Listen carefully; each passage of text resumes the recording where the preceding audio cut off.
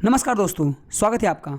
ये हमारा पॉलिटी का 65 नंबर का लेक्चर है और इसमें हम देखने वाले सेंट्रल इंफॉर्मेशन कमीशन। इससे पहले हम जो पॉलिटी का हमारा 8 नंबर का यूनिट है नॉन कॉन्स्टिट्यूशनल बॉडीज़, उसके अंदर हमने NITI Aayog, national development council, national human rights commission, state human rights commission, ये जो चैप्टर से ऑलरेडी कवर किए हैं। और आज हम हमारे 8 नंबर यूनिट का 5 नंबर का जो चैप्टर है सेंट्रल इंफॉर्मेशन कमीशन, इसको देखने वाले हैं। और इसके अंदर अभी जो मैंने चीज़ें बताई वो सारी चीज़ें हमें इसमें देखनी, समझ गए आप। तो ये 5 नंबर का चैप्टर है जिसका नाम है सेंट्रल इंफॉर्मेशन कमीशन। तो चलिए शुरुआत करते हैं।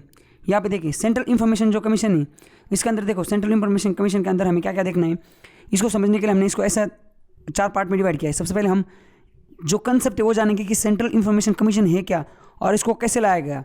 ये तो बात हमें पता चल गई कि एक नॉन कॉन्स्टिट्यूशनल बॉडी, इसका मतलब ये कॉन्स्टिट्यूशन के अंदर नहीं है, इसको किसी एक्ट के तहत पास किया गया होगा। कोई एक्ट आया होगा पार्लियामेंट में, उसके बाद उसमें लिखा होगा कि उस एक्ट के तहत आप इस बॉडी को बना सकते हैं। ये कॉन्स्टिट्यूशन का पार्ट नहीं है, ना ही इसको कॉन्स्टिट्यूशनल स्टेटस मिला हुआ है। अगर ऐसा होता तो हम इसको कॉन्स्टिट्यूशनल बॉडीज़ में पढ़ते, ना कि नॉन कॉन्स्टिट्यूशनल बॉडीज़ में, समझ गए। तो सबसे पहले हम यहाँ पे ये देखेंगे कि सेंट्रल इंफॉर्मेशन कमीशन होता क्या है। दूसरी चीज़ हम देखेंगे इसमें कि इनकी अपॉइंटमेंट कैसे होती है सेंट्रल इंफॉर्मेशन कमीशन की। तीसरी चीज़ हम देखेंगे इनका टेन्योर क्या होता है और सर्विस कंडीशन क्या होती है। मतलब सेंट्रल इंफॉर्मेशन कमीशन जो है ये कमीशन है, इसके अंदर काफ़ी लोग काम करते होंगे, इन लोग की अपॉइंटमेंट कैसे होगी ये हमें देखना है। इन लोग का अगर अपॉइंटमेंट होने के बाद टेन्योर मतलब कितना साल तक ये काम कर सकते हैं और सर्विस की कंडीशन क्या क्या है, क्या क्या कंडीशन पर ये काम करते हैं। और लास्ट में हम देखेंगे इनके पास पावर क्या है। इतना तो अभी पता चल गया होगा कि आप ये करप्शन से रिलेटेड ये डील करते हैं।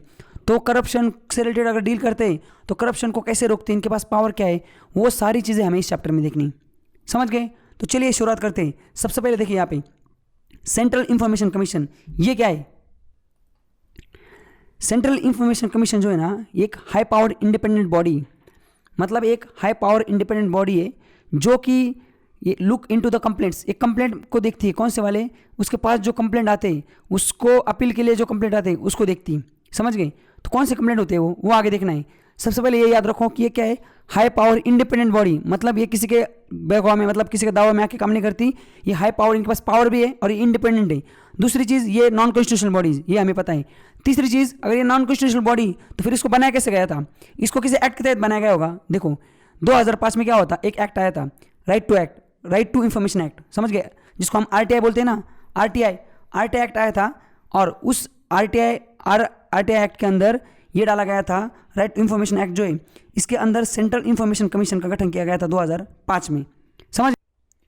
सेंट्रल गवर्नमेंट ने क्या किया था, ये जो आरटीआई, समझ गए, टीआई मतलब कौन सा, राइट टू इंफॉर्मेशन एक्ट आया था 2005 में। इसके तहत इस बॉडी को बनाया गया था ताकि राइट टू इंफॉर्मेशन, जो सिटीजन है उनको, उनका जो इंफॉर्मेशन मांगने का राइट है, इस राइट को हम प्रमोट कर सके, लोगों को उनको जो इन्फॉर्मेशन चाहिए वो मिल सके। इसलिए इस एक्ट के तहत एक बॉडी का गठन किया गया था 2005 में और उसी का नाम है central information commission.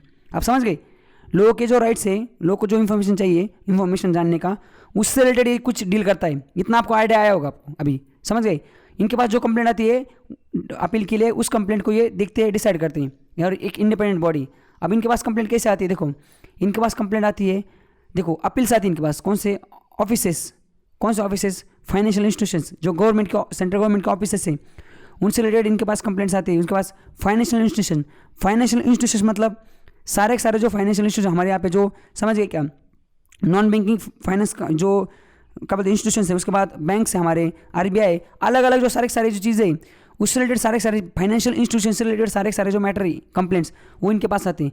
Public sector undertaking PSU जो है, मतलब जो गवर्नमेंट की कंपनी, जैसे बीएसएनएल, समझ गए, गवर्नमेंट की कंपनी।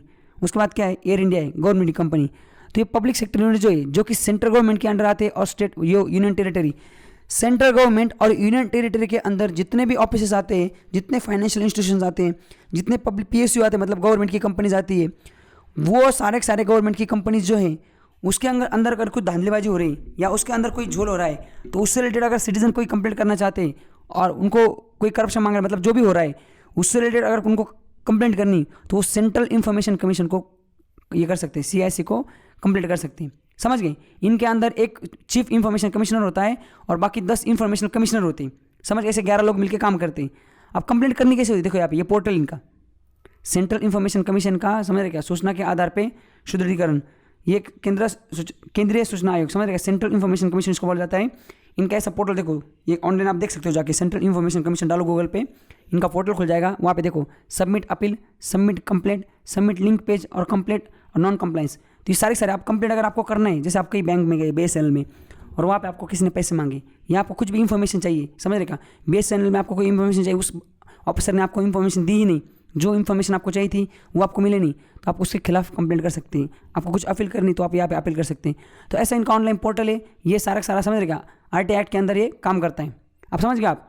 और उसमें कितने लोग होते हैं, कौन से रिलेटेड आप कंप्लेंट कर सकते हो, central government offices, financial institutions, public sector undertakings का, किसके, PSU किसके, सेंट्रल गवर्नमेंट और यूनियन टेरिटरी की, ना कि स्टेट गवर्नमेंट की। समझ गए। सेंट्रल इंफॉर्मेशन कमीशन सिर्फ सेंट्रल गवर्नमेंट और यूनियन टेरिटरी के केस देखता है, स्टेट के लिए अलग एक स्टेट इंफॉर्मेशन कमीशन है।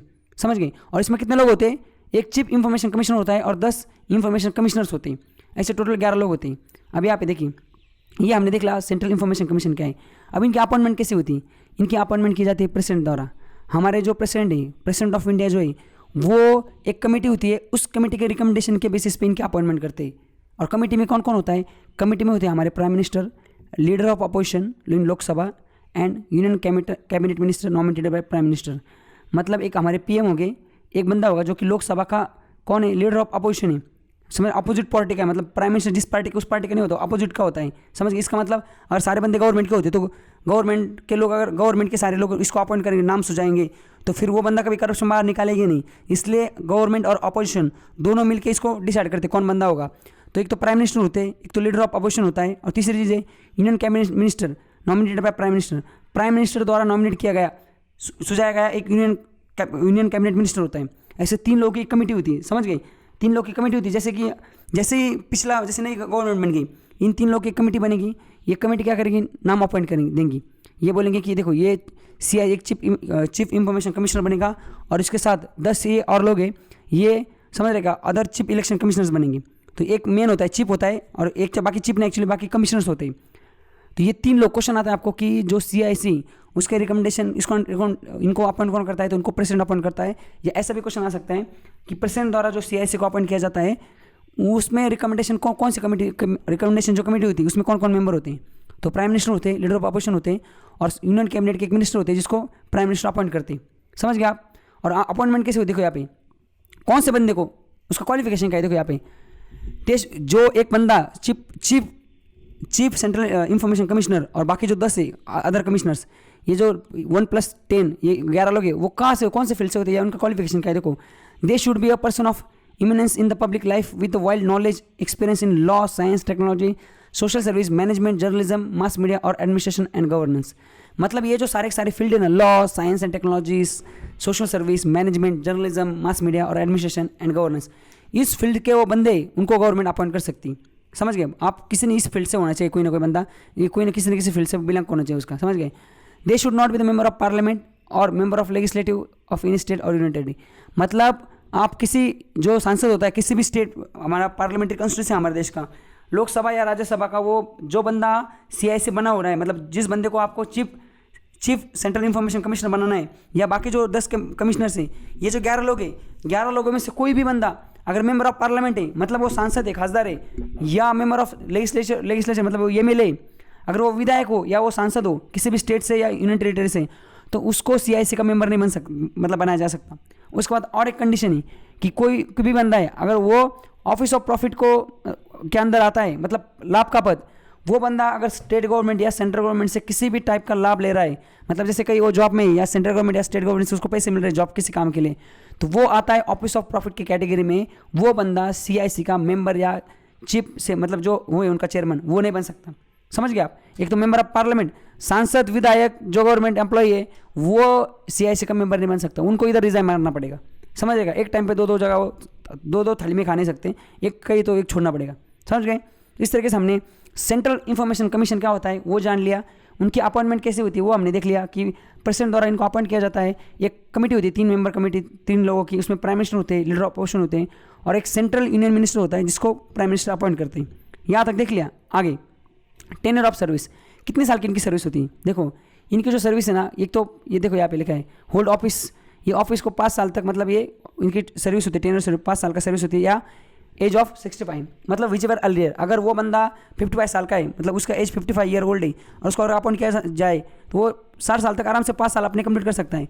पर अगर वो बंदा 63 ईयर का है और उसको अपॉइंट किया गया है CIC, तो उसको 65 होने के बाद भले उसके 5 साल पूरे नहीं हुए, उसको रिजाइन मारना पड़ेगा क्योंकि वो एज कंप्लीट हो चुकी है।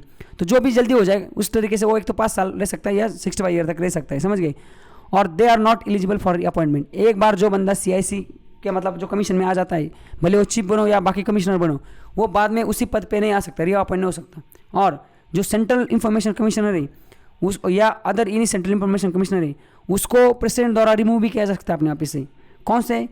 कौन से सर्कमटेंसेस में, देखो नीचे कुछ दिए हुए सर्कमटेंसेस हैं, उस सर्कमटेंसेस के अंदर जो हमारे देश के प्रेसिडेंट हैं, वो जो सेंट्रल इंफॉर्मेशन कमीशन को अपॉइंट करते हैं, वो इनको अपने पद से हटा भी सकते हैं। तो वो कौन से सर्कमटेंसेस है, यहाँ पे देखो, removal of CIC from office under following circumstances. सबसे पहले क्या है, if he is urgent and insolvent, अगर वो इंसॉल्वेंट पाया गया तो उसको हटाया जा सकता है। Convicted of an offences which involvement the moral turpitude. Turpitude मतलब क्या होता है, देखो मोरल ट्रुपिट्यूड मतलब क्या है, देखो अगर वो किसी ऐसे क्राइम में पाया जाता है जिसने जो हमारी मोरल वैल्यूज होती है, जैसे कि उसने अगर रेप कर दिया किसी लड़की का, समझ गए, तो उसको वहाँ से हटा देंगे प्रेसिडेंट। अगर प्रेसिडेंट के ओपिनियन में लगता है तब ये, उसके बाद क्या है, engages during his term of office in any paid employment outside the duties of his office. अगर कोई बंदा चीफ कमिश्नर है, चीफ CIC कमिश्नर है, या अदर जो बाकी 10 कमिश्नर उसमें से कोई बंदा है, वो अगर अपनी सर्विस का पेमेंट छोड़ के कहीं और पैसे लेते हुए पाया गया, कहीं और जगह धांधलीबाजी, कहीं करप्शन झोल झाल करते हुए पाया गया, तो भी उसको प्रेसिडेंट ऑफ इंडिया अपने पद से हटा सकती है। उसके बाद he is unfit to continue in office due to infirmity of mind or body. मतलब अगर वो दिमाग में लंगड़ा हो गया, मतलब उसका जो माइंड है और बॉडी वो अगर सही से काम नहीं, मतलब समझ रहे क्या, अगर लगता है प्रेसिडेंट को कि ये सही से काम नहीं कर पाएगा तो इसको भी पद से हटाया जा सकता है। Acquired such a financial or other interest as is likely to affect prejudicially his official functions. मतलब क्या है, देखो अगर इसको कोई जजमेंट देना है, मतलब कुछ भी डिसीजन लेना है, इसका ऑफिशियल जो फंक्शन है, अगर उसमें अगर ऐसा पाया जाता है कि उस ऑफिशियल फंक्शन में इसका जो अगर कोई फाइनेंशियल मैटर है उसमें ये प्रिजुडाइज है, मतलब इसका झुकाव किसी एक पक्ष की तरफ है, इसका मतलब ये बायस है, ये निष्पक्ष तरीके से इंडिपेंडेंटली काम नहीं कर पा रहा है, ये किसी एक बंदे मतलब एक पार्टी का पक्ष ले रहा है, इसका मतलब इसने कई पैसे खाए, तो इस केस में भी प्रेसिडेंट ऑफ इंडिया CIC को हटाने का आदेश दे सकते हैं। समझ गए, इतने ये सर्कमटेंसेस है। उसके बावजूद और एक सर्कमटेंसेस ऐसे, president can also remove the chief election information commissioner or any information commissioner on the ground of proved misbehaviour or incapacity. अगर वो मिसबिहेवियर पाया जाता है या इनकैपेबल पाया जाता है तभी प्रेसिडेंट ऑफ इंडिया उसको हटा सकते हैं। अब प्रेसिडेंट ऑफ इंडिया हटाते कैसे हटाएंगे, जैसे नेशनल ह्यूमन राइट्स कमीशन और स्टेट ह्यूमन राइट्स कमीशन को हटाया जाता है मेंबर को, वैसे हटाते हैं। डायरेक्ट ऐसे थोड़ी बोलेंगे कि तू इनकैपेबल है, तू हटा जा। प्रेसिडेंट ऑफ इंडिया क्या करते हैं, सुप्रीम कोर्ट को बोलते हैं कि आप इस पे इंक्वायरी करो। सुप्रीम कोर्ट क्या करता है, इंक्वायरी निकालता है और देखता है कि उसको निकालने का कॉज क्या है, मतलब क्या किस रीज़न की वजह से प्रेसिडेंट इसको निकालने को बोलते हैं। उस पर उनकी कमेटी बैठती है, फिर कमेटी बैठने के बाद अगर पाया जाता है कि प्रेसिडेंट ने जो बोला वो सही है, प्रेसिडेंट का जो डाउट था वो सही है, तो फिर इस बंदे को अपने पद से हटाया जाता है। अगर ऐसा लगता है कि ऐसा पाया जाता है कि ये जो बोला गया है ये सही नहीं है, तो फिर इसको अपने पद से हटाया नहीं जाता। समझ गए। यहाँ पे देखो, अगर प्रेसिडेंट को सुप्रीम कोर्ट अगर रिपोर्ट दे दे कि भाई आपका जो सोचना है वो गलत है, ये कमेटी में ऐसा पाएगा कि इसके ऊपर जो एलिगेशंस लगे थे वो सही नहीं, तो फिर प्रेसिडेंट उसको नहीं हटाते। समझ गए आप। उसके बाद क्या है, the salary allowances and other service condition of chief election commissioner are similar to those the chief election commission and that of the information commissioners are similar to the election commissioners. मतलब हमने जो देखा था, chief election commissioner जो देखा था, उसके लिए जो सैलरी अलाउंसेस मतलब उसका जो पेमेंट उसको जो घर वर मिलता है, जो भी वो जो चीज़ें मिलती ना, वही यहाँ पे हमारे यहाँ पे जो ये चीफ इंफॉर्मेशन कमिश्नर उनको मिलती उतनी, और बाकी यहाँ पे जो 10 इंफॉर्मेशन कमिश्नर है उनको उसी तरीके की salary allowances and service condition मिलती है जो कि अदर इलेक्शन कमिश्नर जो होते हैं एक छोड़ के बाकी उसको मिलती हैं। समझ रहे। But they can not be varied of any disadvantages during his service. मतलब इनको अपॉइंट करने के बाद इनको जो service salary allowances and service tenure मिलता है, एक बार अपॉइंट करने के बाद उसको आप हटा नहीं सकते। समझ रहे क्या। अपॉइंट करने के बाद इनको जो सर्विस देनी वो आपको देनी पड़ेगी। उसके बाद यहाँ तक देखो, हमने यहाँ पे ये देख लिया कि जो सेंट्रल इंफॉर्मेशन कमीशन क्या होता है, अपॉइंटमेंट प्रेसिडेंट द्वारा की जाती है, सर्विस टेनर 5 साल या 65 ईयर, ये भी देख लिया हमने। और इनको हटाया भी जा सकता है अपने पद से प्रेसिडेंट द्वारा सुप्रीम कोर्ट को एक इंक्वायरी बिठा के, वो क्या है वो अभी हमने देख लिया। अब हम लास्ट वाला जो टॉपिक है जो कि काफ़ी इंपॉर्टेंट है वो है पावर एंड फंक्शन। ये जो चीफ इलेक्शन कमिश्नर है कमीशन है, इनके पास क्या पावर और क्या फंक्शन होते हैं इनके, देखो यहाँ पे सबसे पहले क्या है, it is duty of commission to receive and inquire into complaints from any person. देखो ये कमीशन जो है ना, इसकी सबसे इंपॉर्टेंट ड्यूटी क्या बताएगा, chief information commission. Information commission मतलब क्या, सेंट्रल इंफॉर्मेशन कमीशन मतलब क्या, सेंट्रल लेवल पे जितनी भी इंफॉर्मेशन अगर किसी को चाहिए, कोई अगर इंफॉर्मेशन मांग रहा है, देखो यहाँ पे क्या करना है इनका, receive and inquire into complaint from any person, किसी भी पर्सन से एक तो इन्फॉर्मेशन क्या करना है, ड्यूटी कमीशन की ड्यूटी क्या है, रिसीव करना या इंक्वायरी करना किसी भी कंप्लेंट से, कंप्लेंट के रिलेटेड किसी भी पर्सन से। तो कौन सी कंप्लेंट्स को रिसीव कर सकते हैं और इंक्वायर कर सकते हैं, देखो नीचे गई कंप्लेंट है, देखो सबसे पहले क्या है, कौन सा पर्सन, ऐसा person who has been able to submit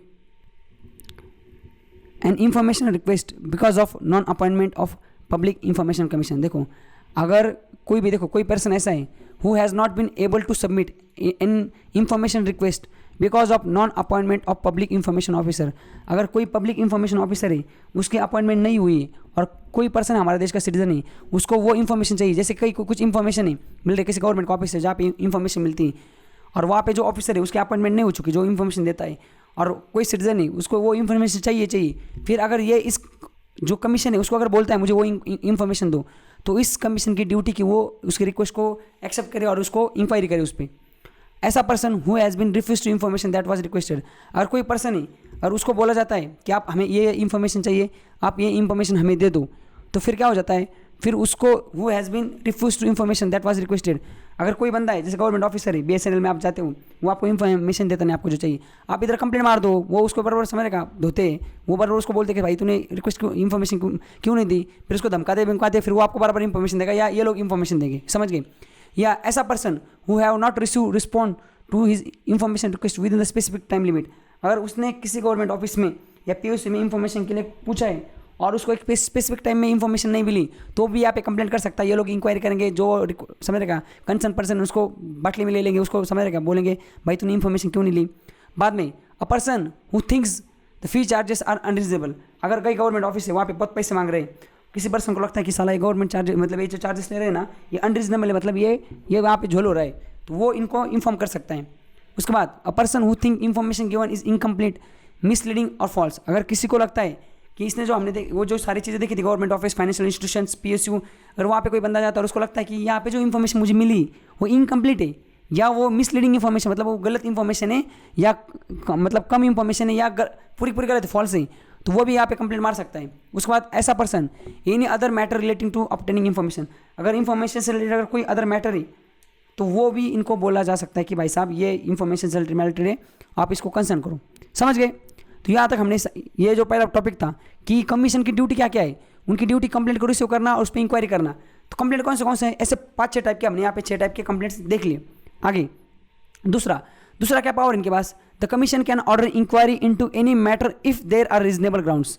suo motu power, इनको अगर लगता है कि ये इंक्वायरी करनी तो इनके पास सुमोटो पावर है। सुमोटो पावर मतलब किसी को बुलाओ उसको इंक्वायरी कर दो, समझ गए। रीजनेबल ग्राउंड है, वहाँ पे रीजन वैसा स्ट्रांग होने चाहिए, कन्विंसिंग रीजन होने चाहिए, फिर ये किसी को भी बुला के उसको इंक्वायरी कर सकते हैं। उसके बाद तीसरा चीज़ क्या है, while inquiring the commission has power of civil court in respect of the following matter. अगर नीचे दिए हुए मैटर है उससे रिलेटेड अगर कोई चीज़ है तो ये कमीशन जो है इनके पास सिविल कोर्ट की पावर आ जाती है और वो सिविल कोर्ट की पावर के हिसाब से वहाँ पे सारा इंक्वायरी कर सकते हैं। कौन सी सिविल कोर्ट की पावर इनके पास आती है, देखो कौन से मैटर में, फॉलोइंग मैटर्स।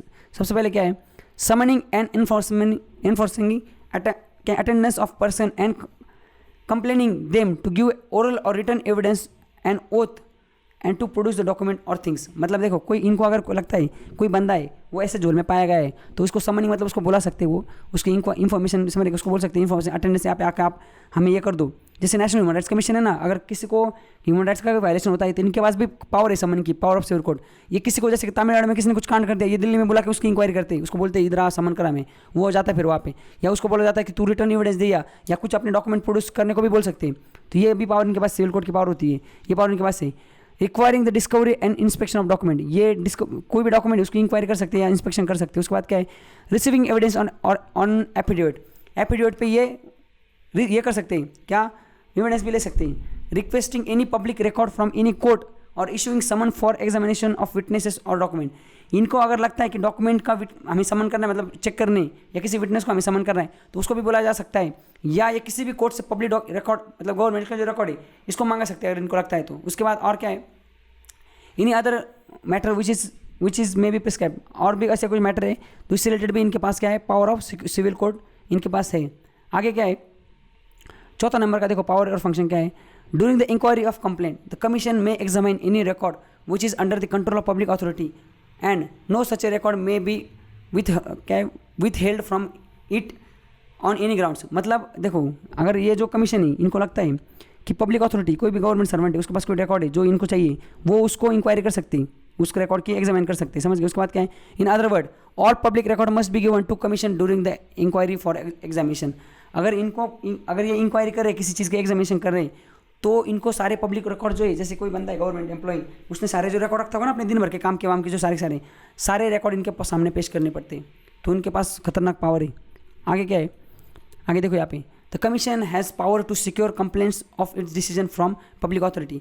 कमीशन के पास ये भी पावर है कि ये क्या कर सकते हैं, सारे जो compliance power to secure compliance of its decision from public authority से सारे इनके जो सारी चीज़ें उसको छिपाए जा सकते हैं। This include providing access to information in particular form, directing the public authority to appoint a public information officer where non exist, publishing information or categorize the information, making necessary changes in the practices relating to management, maintenance और destruction of record. ये सारे जो चीज़ें ना, ये इस compliance को secure कर सकते हैं ये कमीशन, समझ गया, इस इनके डिसीजन को फ्रॉम पब्लिक अथॉरिटी से। आगे क्या है, enhancing the training provision for officials on right to information. ये क्या कर सकते हैं जो ऑफिशियल से, समझ रहे क्या, एनहांसिंग ट्रेनिंग प्रोविजन को भी बोल सकते हैं, राइट टू इन्फॉर्मेशन कहते हैं। देखो यहाँ पे enhancing training provision for officials, official को राइट टू इन्फॉर्मेशन कहते हैं, ये ट्रेनिंग प्रोविजन को भी मतलब ये कर सकते हैं। Seeking N annual report from public authority, ये किसी भी on compliance with this act, इस एक्ट के तहत ये किसी भी पब्लिक अथॉरिटी जो है उससे एनुअल रिपोर्ट भी ले सकती हैं। Requiring the public authority to compensate for any loss or other detriments suffered by the applicant. अगर एप्लीकेंट के द्वारा, देखो यहाँ पे requiring the public authority to compensate, public authority को बोल सकती है, मतलब गवर्नमेंट सर्वेंट को बोल सकती है कि आप कंपनसेट करो, आप भरपाई दो फॉर एनी लॉस और एनी अदर, कोई भी टाइप का लॉस या अदर कोई बाकी जो एप्लीकेंट के द्वारा, कोई जैसे कोई एप्लीकेंट मैं गया हूँ BSNL ऑफिस, मुझे कोई इन्फॉर्मेशन चाहिए थी, मुझे मिली नहीं, फॉल्स इन्फॉर्मेशन मिली, उससे अगर मेरा 1000 रुपये का नुकसान हुआ है, तो ये अगर मैं इन कमीशन के पास जाता हूँ, सेंट्रल इन्फॉर्मेशन कमीशन के पास, तो वो क्या करेंगे, वो इनको बुलाएंगे, इनको धोएंगे और उनको बोलेंगे आप एक काम करो, इसको लॉस हुआ है ना, आप भर के दे दो, आपके वजह से लॉस हुआ है, समझ गए, कंपेंसेट करने को भी बोल सकते हैं। उसके बाद imposing the penalties under this act, इस एक्ट के तहत ये पेनल्टी को भी इम्पोज कर सकते हैं। और बाद में क्या है, रिजेक्टिंग द एप्लीकेशन को भी रिजेक्ट कर सकते हैं। इतने टाइप के पावर इनके पास है। और 6 नंबर का पावर जो है वो है commission submit an annual report to the central government on the implementation of provision of this act. ये जो RTI एक्ट है, राइट टू इन्फॉर्मेशन एक्ट के तहत ये सारे जो इम्प्लीमेंटेशन ये करते हैं उसका एक एनुअल रिपोर्ट बनाते हैं और सेंट्रल गवर्नमेंट के पास भेज देते हैं। सेंट्रल गवर्नमेंट इस रिपोर्ट को जो हमारे पार्लियामेंट के दोनों सदन से, कौन सा, लोकसभा राज्यसभा, इसके सामने रखते हैं। When a public authority does not confirm the provision of this act the commission may recommend step which out by the government provision. ये चलो ये कुछ काम का नहीं, समझ गए आप। तो ये रिपोर्ट किसको भेजते हैं, ये एनुअल रिपोर्ट भेजते हैं सेंट्रल गवर्नमेंट को और वो पार्लियामेंट के दोनों सदन के सामने इस रिपोर्ट को रखती है। तो इस तरीके से हमने ये जो सेंट्रल इन्फॉर्मेशन कमीशन, इनके पास सुमोटो पावर है, इनके पास सिविल राइट की पावर है और इनके पास ये रिपोर्ट भी भेजती है सेंट्रल गवर्नमेंट को, समझ गए। तो ये सारी चीज़ें यहाँ पे हमने इन्फॉर्मेशन से रिलेटेड जो चीज़ें, आपको अगर इन्फॉर्मेशन चाहिए सेंट्रल गवर्नमेंट के जो सारे ऑफिसर से, मतलब ऑफिस से, फाइनेंशियल कमीशन इंस्टीट्यूशन से या PSC, उसमें अगर इन्फॉर्मेशन से रिलेटेड सारी चीज़ें, तो ये सेंट्रल इन्फॉर्मेशन कमीशन है, ये वो बहुत काम की चीज़ें, ये आपको हेल्प कर सकता है। मतलब आपको अगर सच में सेंट्रल गवर्नमेंट का कोई ऑफिस है या PSC वगैरह है, वहाँ पे अगर इन्फॉर्मेशन नहीं मिले, आप इनको कंप्लेंट कर दो, ये बराबर उनको बाटली में ले लेते हैं, समझ गए, उनको बराबर धोते ही। तो इस तरीके से हमने हमारा आज का जो लेक्चर है उसमें सेंट्रल इन्फॉर्मेशन कमीशन जो है इसको एकदम डिटेल में देख लिया, समझ गए। और ये हमारा 8वां नंबर का यूनिट है, उसका 5 नंबर का चैप्टर हमने देख लिया। नेक्स्ट लेक्चर में हम स्टेट इन्फॉर्मेशन कमीशन को देखेंगे। तो आज के लेक्चर में बस इतना ही। Thank you so much and enjoy.